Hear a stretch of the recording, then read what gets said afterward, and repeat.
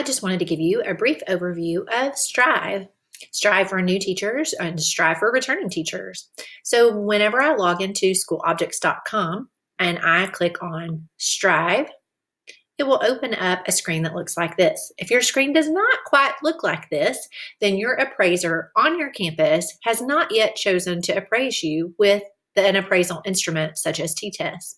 So please make sure that you reach out to your principal, assistant principal on your campus, and make sure that they've gone in and chose to be your appraiser so that then you can see these tasks that you need to complete for your evaluation process. Whenever I'm in as myself, it'll open up to my evaluation process. You can see archived evaluations if you've been in the district for a while. You can see archived goals that you have. And then the first tab, obviously, that opens up right away is going to be the current year evaluation process. You can see the various tasks that are assigned to each of these areas. Walkthroughs, at least one walkthrough, and that would be a task completed by your appraiser. Observation has 3 tasks, which include a pre-conference, a observation, and a post-conference, all of which would be completed by your appraiser. And then an end-of-year conference, which is your summative evaluation and end-of-year conference. The 2 areas that you'll mostly be putting things in is goal setting and uploading evidence. When I open the goal setting tab, this is going to have me complete a teacher self-assessment. If I hit the plus button, it will let me do the t-test teacher self-assessment and goal setting, and I can hit create. And this will walk me through my teacher self-assessment. What goals do I want to achieve? How am I going to complete them? And any comments back and forth. So you'll want to make sure that you save this, and whenever you have completed it, you will submit it to your appraiser. So that I can close this. And then I'm going to open up here, and then we have at least one professional goal and one student growth goal. We use the student growth goal component called Student Learning Objectives in Robinson ISD as that component that's required by the state for t-test. So I'm going to hit plus on my professional goal, and a lot of this is going to be similar to what you put into the planning document under your teacher self-assessment. So the self-assessment is for reflection and looking at the t-test rubric to think about what is an area that you would like to grow in. Find an exact dimension, domain, and even one of those bullet point areas in which you would really like to focus on to grow yourself this year with students in the classroom to improve student outcomes. So up here, you will type in what your goal is, and then you will type in what does your goal success look like, what is the start date and the completion date of your goal, and what standard does this goal address? Now, I know that in lots of times whenever we set goals for ourselves, just like whenever we know that students take assessments, there are multiple areas that a goal could fall in. For purposes of really focusing specifically on an area to grow, you wouldn't choose more than one of these areas. So if the bullet point that I'm going to work on this year is under differentiation, then I'm going to choose differentiation. And then I'm going to go down here and add the tasks to complete this goal.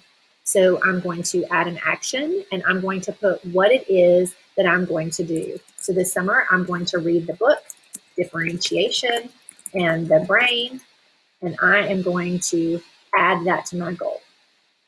I didn't put a date, so I need to open that back up, and I need to put the date at which I'm going to complete that. So I'm going to complete that by the time school starts, and then I'm going to save that. And now it is saved. And then I'm going to add another action. So once students come into school by the end of the first 9 weeks, I'm going to create products that allow for differentiation in the room, small group instruction provided. So by the end of the first 9 weeks, my goal is that I have created and put students into small groups, and at least one time per week, I am meeting with the small groups.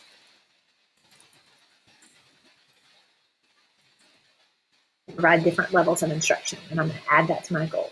So the idea would be that you have multiple data points throughout the year that address your goal. And I'm going to hit save. Okay. Oh, I didn't put anything at the top. I'm just going to type something in there. And hit save.